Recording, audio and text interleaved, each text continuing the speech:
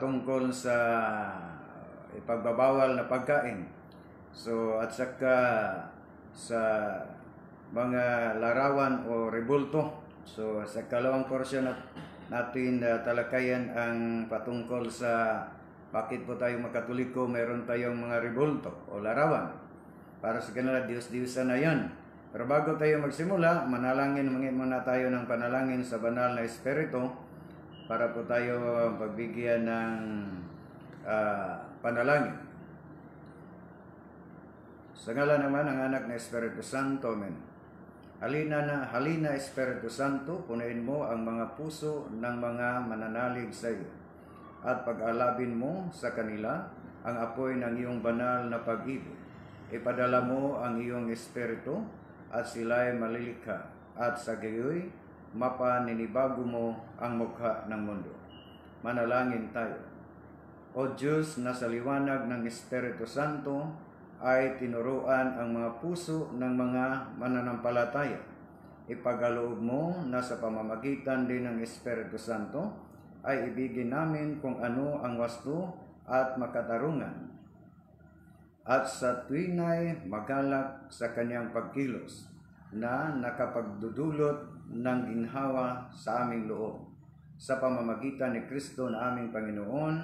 Amen. Sa ngalan ng Ama, ng Anak, ng Espiritu Santo. Amen. So magandang umaga, happy Sunday, Kaditi Sunday, sa lahat ng mga mananampalataya ng Katoliko sa iba't ibang bahagi ng daigdig, lalong-lalo na sa ating mga kapatid ng mga OFW. Magandang umaga, magandang gabi, magandang tanghali, magandang hapon. At saka ating mga kasamahan, kapasit din nandyan sa Luzon, magandang umaga sa lahat. So ating talakayin, I said earlier na ating talakayin ang patungkol sa pagbabawal na pagkain. Sa katunayan mga kapatid, sa totoo lang po, magpapasalamat po kami mga Katoliko na hindi lahat ng tao ay kakain ng baboy. Especially sa baboy mga kapatid, karning baboy. Kaya pag sila ay, ang tayong lahat ay kakain ng baboy, lalong mamahal ang binta ng baboy. Di ba? Pero ating sasagutin, kay palagi tayong tinuligsa ng ating mga kapatid, lalo na sa ating mga kapatid ng mga SDing, nandyan sa social media, grabe sila mataki, offensive, grabe ka offensive na mataki sa ating sa simbahan Katoliko. Pero hanggang lang po sila sa pag-atake sa Santo Papa. Wala pong isang sekta na umatake sa nagtatag ng simbahan Katoliko. Pag umatake sila ng nagtatag ng simbahan Katoliko, mapupursige po sila pag-research sa mga kasaysayan mga kapatid kung sino ang nagtatag ng simbahan Katoliko. Yan ang dahilan nga hanggang sa Santo Papa lang po sila umaatake. Pero pag ang mga kasinungalingan, pag ulit-ulitin, para na yung totoo sa ating mga kapatid na hindi nila alam, yung mga kapatid natin mga nasinti. Yan ang dahilan natin sasagutin para ating mapaliwanag kung ano ang bakit po tayo mga Katoliko ay kakain ng itinuturing marumi ng mga hayop, especially ang baboy. Nga kung tingnan natin sa banal na kasulatan sa Lumang Tipan sa Leviticus chapter 11 verse 7, litra for litra po mga kapatid, na ang baboy ay hindi ipagkain, ipagbabawal kahit dahil ito ay itinuturing marumi. Ang baboy biyak ang kuko, ngunit hindi naman mangungusap ng pagkain mula sa sikamura, kaya hindi ito dapat kainin. So babasa diyan sa Biblia na ang baboy hindi dapat kainin. Ano po ba ang mangyari sa mga taong kakain ng baboy? Palagi nilang ipatatakot sa ating mga kapatid na mga kapwa, mga Katoliko nga mahina po ng pananampalataya. Ang Isaias 66 talata 17 hanggang 18, pero hanggang sa diretso po sila sa 18 mga kapatid, hindi na sila Kung tingnan natin ang 16, di ba? 17 hanggang 18. Pero 17 lang po sila, hindi na nila babasahin ang sa 18. Kung ating babasahin ang 16 mga kapatid, sa Isaiah 66, apoy at tabak ang gagamitin niya sa pagpaparusa sa mga nagkasala. Tiyak na marami ang mamamatay. Ang sabi ni Yahweh, ating gamitin ng ikalawang mata mga kapatid para po malinaw ang ating paningin. Maraming salamat po ni Dr. Ratina de Guzman. Siya po ang nagbigay sa atin itong eyeglass mga kapatid. Ating babasahin ulit. Ang sabi ni Yahweh, malapit na ang wakas para sa mga naglilinis ayon sa tuntunin ng pagsambang pagano, nagprosesyon sa mga sagradong hardin at kumakain ng karning baboy, dalagdaga at iba pang hayop na karumalduman.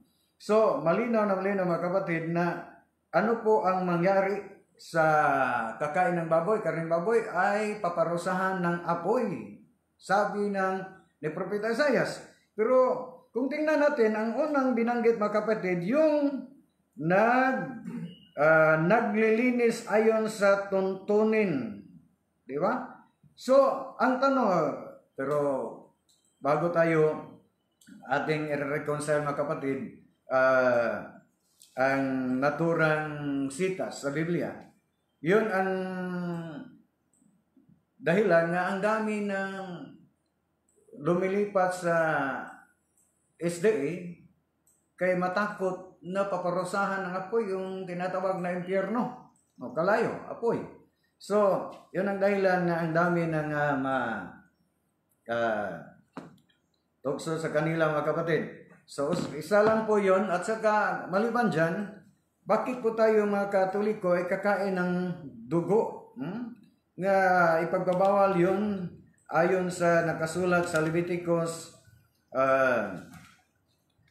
17 mga kapatid. Kung tingnan natin ang Leviticus 17, mga kapatid, ipagbawal ang pagkain ng dugo. Ating babasahin mga kapatid. Tayo mga kapatid Katoliko ay favorite po natin yung tinatawag na dinuguan, di ba? Pero niluluto na yun ang naturang 17 pala mga kapatid, ating babasahin kung ano po ba ang mababasa natin kung mababasa natin ang ipagbawal ang pagkain ng dugo. Ang sinumang kumain ng dugo ay magiging kalaban ko at ititiwalag sa kapunungan, maging Israelita o dayuhan man. So, kung sino ang kakain ng dugo ay itiniwalag ng ating Panginoong Diyos. Madayuhan ka man at saka Hudyo, di ba? Lahat ng tao, pagkakain ng dugo ay ititiwalag ng ating Panginoong Hesus. Yun ang ating unang sasagutin mga kapatid. Ang daming mga dyan sa Leviticus chapter 11, whole chapter, mayroong mga pagkain na ipaghintulot at saka may ipagbabawal, pero ay specialties po nila ang karning baboy. Mababasa yon sa Isaiah 66 kapitulo 66 versikulos 16 hanggang 18. So ating sasagutin mga kapatid. Unang-una mga kapatid, ang mababasa dyan sa Leviticus 11, kung tingnan natin 7, whole chapter mga kapatid, hindi yon maituturing natin general law. Unlike sa tinatawag natin Ten Commandments kung divine law. Kaya yung divine law, Ten Commandments ay maituturing natin divine law o general law. Pagkalahatang kautusan. Di ba? Pero yung sa Leviticus chapter, yung mababasa nating mga ipagbabawal na pagkain, mga hayop na itinuturing marumi, yun ang tinatawag na matuturing nating ceremonial law. So, ano po ba yung ceremonial law mga kapatid? So, pag ceremonial law, eksklusibo lang yun na kautusan sa mga Israelita, hindi yun pangkalahatang kautusan o generalo. Di ba? Kung babasahin natin sa Magandang Balita Biblia o Today's English Version, ang mababasa din, marumi ito para sa inyo. So para lang yun sa mga Israelita. Hindi pangkalahatang kautusan. Kung tingnan natin ang ceremonial laws sa Hebrew, Hokim or Tsuga, means custom of the nation, the destruction of perfectly good animals for sacrifice, and the rejection of food sources such as pork and rabbit, ceremonies regarding uncleanness. And then, according to the Dictionary of the Bible by John Mackenzie, God gave His people ceremonial law. To these laws do not contradict God's nature, but they reflect it only in every general sense. God told Israelites to have weekly offering of showered show that God is holy and worthy and worship. So meaning, maliwanag mga kapatid na yung ituturing natin ceremony, yung ceremony nilo, eksklusibo lang yon sa mga kapatid nating mga Israelita. So hindi yon may tuturing na kampangkalahatan o generalo. Ang tanong mga kapatid, nagpatuloy ba yon ang itinuturing generalo na pinahantulutan din ng ating Panginoong Hesus, Panginoong Diyos, para lang po sa taga-Israel? Hindi yun nagpatuloy mga kapatid. Kung tingnan natin ang sulat po ni San Pablo sa ating isa-isahin punto por punto pagsagot, ang kanilang, hindi po tayo na on air. Hindi po tayo na on air. Kanina po tayo nag-start. Pero naka-on air ta sa ano. So, padayon, patuloy po tayo mga kapatid. Sino po ang nagpaalam, nagsabing nagduda na po kanina nga hindi po tayo na on air, ha? So, akala ko kay hindi sulyap-sulyap ang ilaw sa ating monitor, sa ating console, di ba? Yan ang ating kung tingnan natin mga kapatid, ang Kolosas, ha? Sulat po ni San Pablo sa taga-Kolosas po mga kapatid, Kolosas 2, 16 hanggang 17, kama 22, ha? Kung ating babasahin, expire na yun. Maliban dyan, nga para lang po, utos lang po yun, kautosan lang po yun para sa taga-Israelita, eksklusibo lang po yun sa taga-Israelita, yung mga kapatid natin mga Hudyo. Maliban dyan, nag-expire na yun mga kapatid, sabi sa sulat sa pahayag ni San Pablo sa Kolosas 2:16 hanggang 17, kama 22 hanggang 23, kung ating babasahin. Kaya't huwag kayong pasasakop sa anumang tuntunin tungkol sa pagkain o inumin, tungkol sa kapistahan, sa bagong buwan o sa araw ng pamamahinga.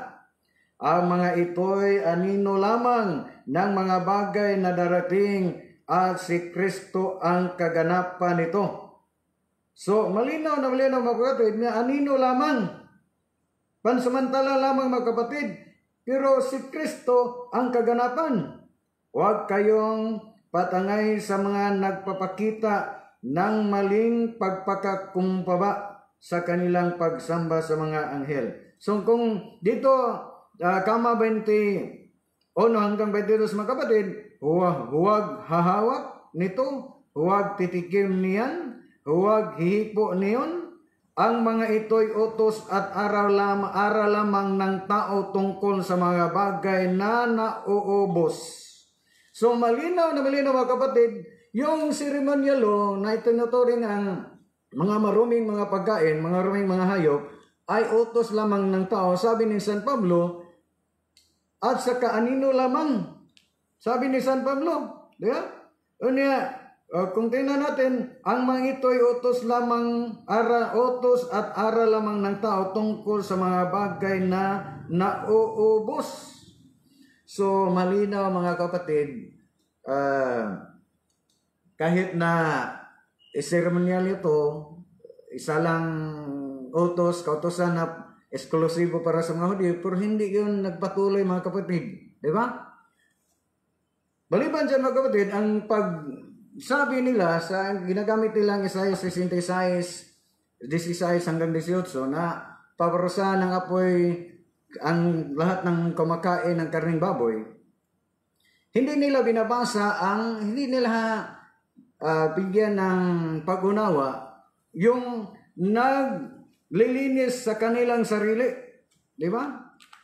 Ang tanong mga kapatid, ang unang binanggit ni San Pablo, ni Propeta Isaiah sa kanyang sulat sa Isaiah 66, 16 hanggang 18, ang unang binanggit ni Propeta Isaiah, yung naglilinis ng kanyang sarili, ay kasali sa pagpaparusahan ng apoy o itatapon sa impyerno. Ang tanong, itong naglilinis sa kanyang sarili at nagbanal-banalan sa kanyang sarili, ang tanong, kumakain ito ng baboy? Magandang umaga po ni Captain Brian Batoktoy at saka ni Dr. Gisayo at kasama ang kanilang pamilya, kan June Espinosa, Ranilo Luay Serapio, mga happy viewing. So patuloy po natin i-reconcile mga kapatid, yun ang mga request sa ating mga viewers sa ating YouTube channel na ating i-reconcile, ating sasagutin ang mga tuligsa ng ating mga kapatid ng mga SDA patungkol sa pagkain marumi. So, kung tingnan natin mga kapatid, ang sabi ni Isaiah sa Isaiah 66, 16 hanggang 18, ang unang binanggit niya yung mga taong naglilinis at nagbanal-banalan sa kanilang sarili. Ang tanong, yung naglilinis sa kanilang sarili, nagbanal-banalan sa kanilang sarili, kumakain ito ng baboy? Ayun, hindi naman. Hindi naman kung para sila, mga Katoliko yun. O di. Kaming Katoliko ay mga maruming tao, ituturi kaming maruming tao, makasalanang tao dahil kumakain kami ng baboy. Yun ang dahilan nga mayroon akong pinupost sa social media sa FB na kawawa naman yung mga kapatid natin mga SDA. Kaya ang kanilang kaligtasan nagdepende po sa baboy na walang alam, di ba? Sino pa ba ang may alam? Ang baboy at ang tao, di ba? So, kung tingnan natin mga kapatid, ang Leviticus chapter 11, sino po ba ang nagbanal-banalan at naglilinis sa kanilang sarili? Kung ating tingnan ang naturang chapter sa Leviticus chapter 11 verses 44 mga kapatid, ating babasahin. Ating babasahin para po tayo yun, ang ating babasa. Iingatan ninyong malinis ang inyong sarili sapagkat si Yahweh ang inyong Diyos ay banal. So, malinaw mga kapatid, maliwanag pa sa silaw ng araw mga kapatid na ang naglilinis at nagbanal-banalan sa kanilang sarili ay hindi kumakain ng karning baboy. Bakit po kasali sa ipahamak o paparusahan ng apoy mga kapatid? So, yun ang aking tanong sa mga kapatid natin mga SDA. Pangalawa na yun, ang binanggit ni San Pablo, ni Propeta Isaiah, ang kakain ng karning baboy. Pero dito tayo sa dugo mga kapatid, ha? Kaya para pa sa kanila, ipagbabawal ang pagkain ng dugo. Kung ating babasahin ang Leviticus 17, ipagbawal ang pagkain ng dugo. Pero mayroon po tayo mababasa mga kapatid na pwedeng kainin ang dugo. Di ba? O saan po ba mababasa mga kapatid na pwede natin kainin ang dugo? Utos yun. Sa Leviticus pa rin mga kapatid, hindi lang nila nabasa siguro. Ano po ba ang dahilan nga ipakain, ipahintulutan nga ipahintulot na ipakain ang dugo? Kung ating babasahin ang Leviticus 18 mga kapatid, ito po ang ating mababasa. Sapagkat ang dugo niyo'y hindi dinala sa loob ng santuaryo, dapat ninyong kainin ang handog para sa kasalanan pagkat iyon ang inuutos sa akin. Pwede naman kainin pag hindi na handog sa santuaryo. Yung sa buhat 15 mga kapatid, 28 hanggang 29, lahat ng pagkain na inihandog sang Diyos-Diyosan ay bawal kainin. Yun sa amin sa deliverance ministry sa exorcism, yung diwata-diwata, paghandog, pag-ihaw ng baboy, yung mga puting baboy o tinatawag na ugis na baboy, handog sa mga fallen angel, mga unclean spirit, yun ang Diyos-Diyosan mga kapatid, yun ay pagbabawal. Lahat ng uri ng pagkain, hindi lang yung baboy. Yun ang binanggit sa Acts of the Apostles na ang dugo na hindi pagkain yung naihandog sa mga Diyos-Diyosan. Pero ang mga pagkain na hindi hinihandog sa mga Diyos-Diyosan, yung magpadugo mga kapatid pag magtatayo ng bahay, diba? Para magpadugo, mag-ihaw ng baboy, ang iba kay hindi sila po maka-afford, ang manok na lang, o ano po mga klaseng padugo, yun ang paghandog, pagsamba sa mga fallen angels, yung mga sa evil spirit mga kapatid. So mayroon tayong mababasa na pwedeng kainin ang dugo. Pag ang isang tao ay kakain ng karne, hindi po kayo makadinay mga kapatid nga makakain po kayo ng dugo. Kasi kahit karne na yon. Halimbawa kapatid, pag magsasaing kayo, yung inasal, di ba? Mag-aasal po kayo, pag yung isang litson, kahit anong litson, yung litsong manok, di ba? Pag hindi siya lalong naluluto, yung hilaw mga kapatid, di ba mayroon pang dugo? Pag tingin mo nga, mayroon pang dugo para sa iyo, hilaw pa yun, hindi pa tamang pagluto, di ba? So, hindi ibig sabihin na pag naluto na yung ang dugo ay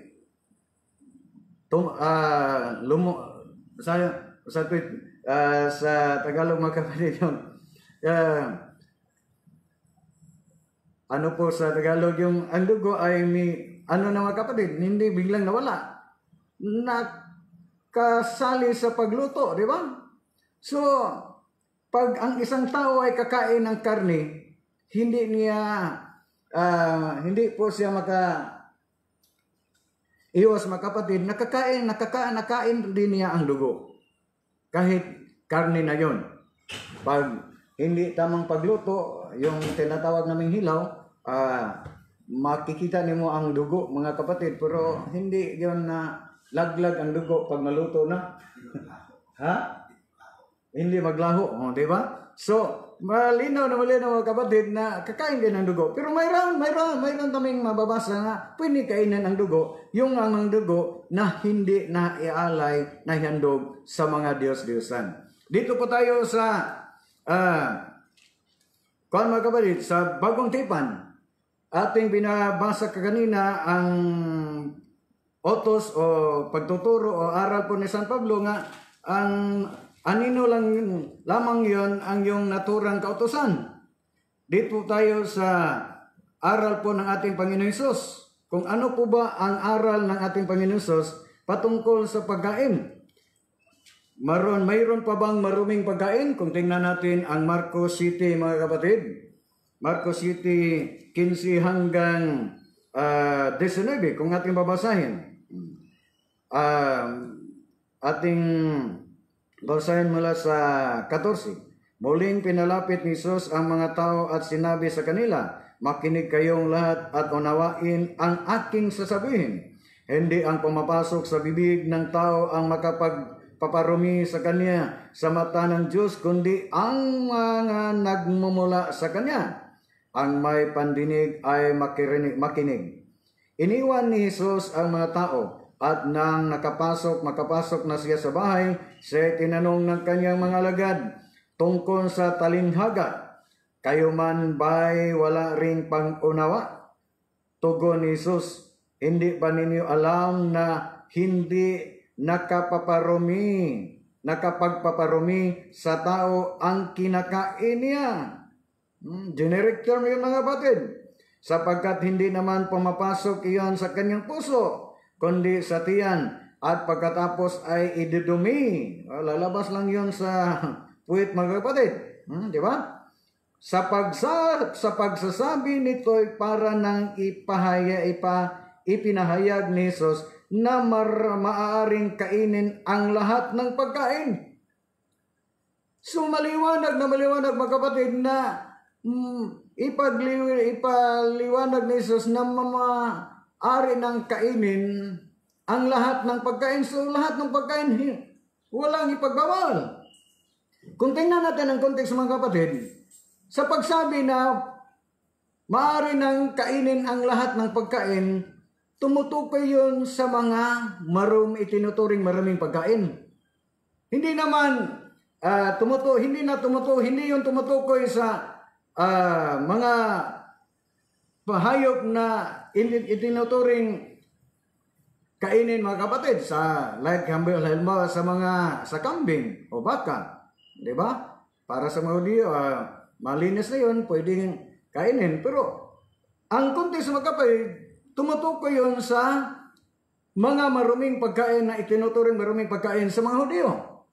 So, pagsabi ni Jesus na malinis na ang lahat ng pagkain o maaari nang kainin ang lahat ng pagkain, so therefore wala nang ipagbawal na pagkain, lahat ng pagkain pwedeng kainin. Sino po ba ang ating paniniwalaan? Si Kristo, ang ating Panginoon Jesus, o ang mga Sabadista mga kapatid, o ang mga kapatid natin mga SDA? Di ba? Kung ating babasahin ulit mga kapatid, malinaw na malinaw. Kung ating basahin sa pagsasabi nito'y para nang ipinahayag ni Jesus na maaaring kanin ang lahat ng pagkain. So, tumutukoy yun sa mga itinuturing maruming pagkain. Redundant naman yun mga kapatid sa diwa ng kaning yung journalism. Pag ipinag-ulit-ulit ninyo, hindi naman magsabi ang ating Panginoon, kainin na ninyo ang kambing. Diba? Hindi man mababasa sa Biblia na bawal ang kambing. So, ang pagsabi ni Jesus nito, ang pahayag natin ni Jesus nito na lahat ng pagkain ay pwede maaari ng kainin, so meaning wala nang bawal na pagkain. Para sa mga kapatid, kung sinasabihan na ni Kristo ng ating Panginoon Jesus ang kanyang mga apostoles na pwede na kainin ang mga lahat ng pagkain, tumutukoy yun ang context yun pagkain. Bakit po ang naganap o nangyari sa buhat 11 hanggang 16 mga kapatid na tumanggi si San Pedro? Kaya hindi pa siya buhat pa sa pasimula, hindi pa siya nakakain ng marumi. Tumanggi si San Pedro, di ba? Bakit pa tumanggi San Pedro? Nga sinabihin ng mga apostoles diyan sa Marcos 15 hanggang 19 nga, pwede kainin ang lahat ng pagkain. Bakit tumanggi San Pedro? O itinuturing pa niyang may mga maruming mga hayop na nakikita niya sa isang pangitain. Kung tingnan natin mga kapatid, iba ang context sa Marcos 15 hanggang 19 kay ipinagliwanag lang ating Panginoon na maaari ng kanin ang lahat ng pagkain. Pero hindi niya isinalaysay na nilinisan na ang lahat ng maruming mga hayop. Dito sa Gawa 10 ay ipaliwanag ng ating Panginoon na lilinis na ang lahat ng itinuturing mga maruming hayop. Kung ating babasin, ating basahin mo na mga kapatid. Para sa mga kapatid ng SD, ang nililinis yun, ang context yun, ang nililinis ang mga hintil. Ay, mga kapatid, excuse me mga kapatid, may nakikita San Pedro sa kanyang pangitain sa isang kumot na 2 paa, 4 na paa, di ba? So, kung tingnan natin, nandyan si Cornelio. Si Cornelio po ang nagrepresent sa mga hintil. Iba yung nakikita niyang mga maruming hayop. Yun ang dahilan nga tumanggi sa San Pedro kay ang nakita niya ang mga maruming hayop, di ba? Itinuturi, pero ano po ang ating basahin mga kapatid? Kung tingnan natin, nandyan sa context, unang-una, si Cornelio ang unang nakakita ng pangitain nga ipapuntahan si Simon, di ba? Magsugo, siya'y tumingin at takot, nakakita si Cornelio ng isang anghel. Minsan, na ikatlo ng hapon, nagkaroon siya ng isang pangitain, kitang-kita siyang pumasok sa bahay na ang isang anghel ng Diyos. At tinawag niya siya ay tumingin at takot na sumagot. Ano po yun? Ginoo. Sinabi sa kanya ng anghel, kinalugdan ng Diyos ang iyong mga dalangin at ang ginagawa mong pagtulong. Magsugo ka ngayon ng ilang katao sa Joppe upang sunduin ang isang taong ang ngalan si Simon na tinatawag ding Pedro. So, nandyan si Cornelio. Kung ating babasahin sa city, pagkaalis ng anghel, tinawag ni Cornelio ang dalawa sa kanyang mga utusan at isang kawal na may takot sa Diyos, isa sa mga nakatalaga sa paglilingkod sa kanya. So, si Cornelio po isang hentil. Siya po ang nagrepresent sa hentil. Iba yung nakita na hayop nandun sa kumot nakita ni San Pedro. Kung ating babasahin tuloy mga kapatid at ating gamitin ang komentaryo in the New Testament, ating babasahin. Dito tayo sa Jess. Kung tingnan natin, at siya'y gutom na noibi po tayo mga kapatid. Kinabukasan na malapit na sa Joppe ang mga inuutosan ni Cornelio, si Pedro naman umakyat sa bubungan upang manalangin, magtatanghaling tapat na noon. At siya gutom na. Ngunit habang inihahanda ang pagkain. So, ang kontekst yun mga pagkain. Di ba? Siya nagkaroon ng pangitain. Nagkaroon din pangitain si San Pedro. Katulad ni Cornelio. Binisbitahan ng anghel. Karoon niya ng isang pangitain. Inihuhugos sa lupa ang isang waray malaking kumot na nakabitin sa apat na panulukan. Naroon ang lahat ng uri ng hayop, mga lumalakad at gumagapang sa lupa at ang mga lumilipad sa halimpapawid. At narinig niya ang isang tinig na nagsabi, tumindig ka, Pedro, magpatay ka at kumain. So, malinaw na kapatid nga ang kontekst yan ay pagkain. Ngunit sumagot si Pedro, hindi ko pa magagawa iyan. Panginoon, kailan may hindi ako kumain ng anumang bagay na itinuturing na marumi o di karapat-dapat. Muli niyang narinig ang tinig at ang sabi sa kanya, huwag mong ituring na marumi ang nilinis ng Diyos. 3 ulit na nangyari ito at pagkatapos ay binatak na pataas ang bagay na iyon. So, malinaw na ang context. Ipaliwanag na sa ating Panginoon na ang mga bagay na mga tinuturing marami ay nilinis na.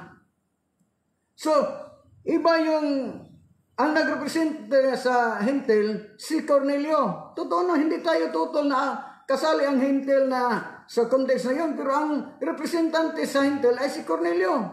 Samantalang ang nakikita na San Pedro, ang mga maruming mga hayop, may 4 na pa, 2 pa kung tingnan natin ang chapter 11 sa Gawa ng mga Apostol. Paliwanag na ni San Pedro, iniisa-isa na niya ang iyang nakikita. Di ba? So, at nakisalo na siya sa mga hintil, sa pagkain. Sa panahon ng ating Panginoong mga kapatid, mangdami ng mga mayroon ng mumuhi ng tinatawag na pigiri, di ba? Yung prodigal son, nabot siya ng isang pigiri. So, ang baboy, sa panahon ng ating Panginoon, ang dami ng baboy. Ang baboy, pag magmumuhi po tayo ng baboy, ano pa yun? Paglaki ating patayan at ililibing? Hindi naman, kakainin yun mga kapatid. So, ang mga hintil ay kakain. Kung tingnan natin, bago tayo mag-break mga kapatid, kaya alas 7 na, para patuloy tayo sa ating palatuntunan. Ha? Kung bago tayo break mga kapatid, kung tingnan natin sa dictionary o a commentary on the New Testament mga kapatid sa Gawa 10, malinaw na ipaliwanag sa naturang aklat na ipaliwanag mga kapatid na ang context yun is pagkain na marumi, at ipaliwanag na si Cornelius ay isang hintil. Kung tingnan natin, the importance of the conversion of Cornelius can hardly be exaggerated, only by understanding that here by special divine intervention the door was opened for the admission of the Gentiles into the church without the circumcision or the law. Can we rightly estimate? Kung ating babasahin, beyond all the doubt, Cornelius and his household were Gentiles. So malinaw nga, then St. Peter is explicitly recalled what an abominable thing it was for a Jew to enter the house of a Gentile and explain his conduct by referring to Revelation. So malinaw nga ang representative yun sa mga hintil, si Cornelio, hindi yun ang mga hayop na nakita ni San Pedro diyan sa Gomor. So ating patuloy to mga kapatid, pero ating sagutin ang patuloy natin sagutin. Bakit po tayong mga Katoliko? Request po yun sa ating mga viewers sa FB at saka sa YouTube natin na ating sasagutin ng may patungkol sa rebulto mga kapatid. So, break muna tayo mga kapatid. XDDAM, DDX.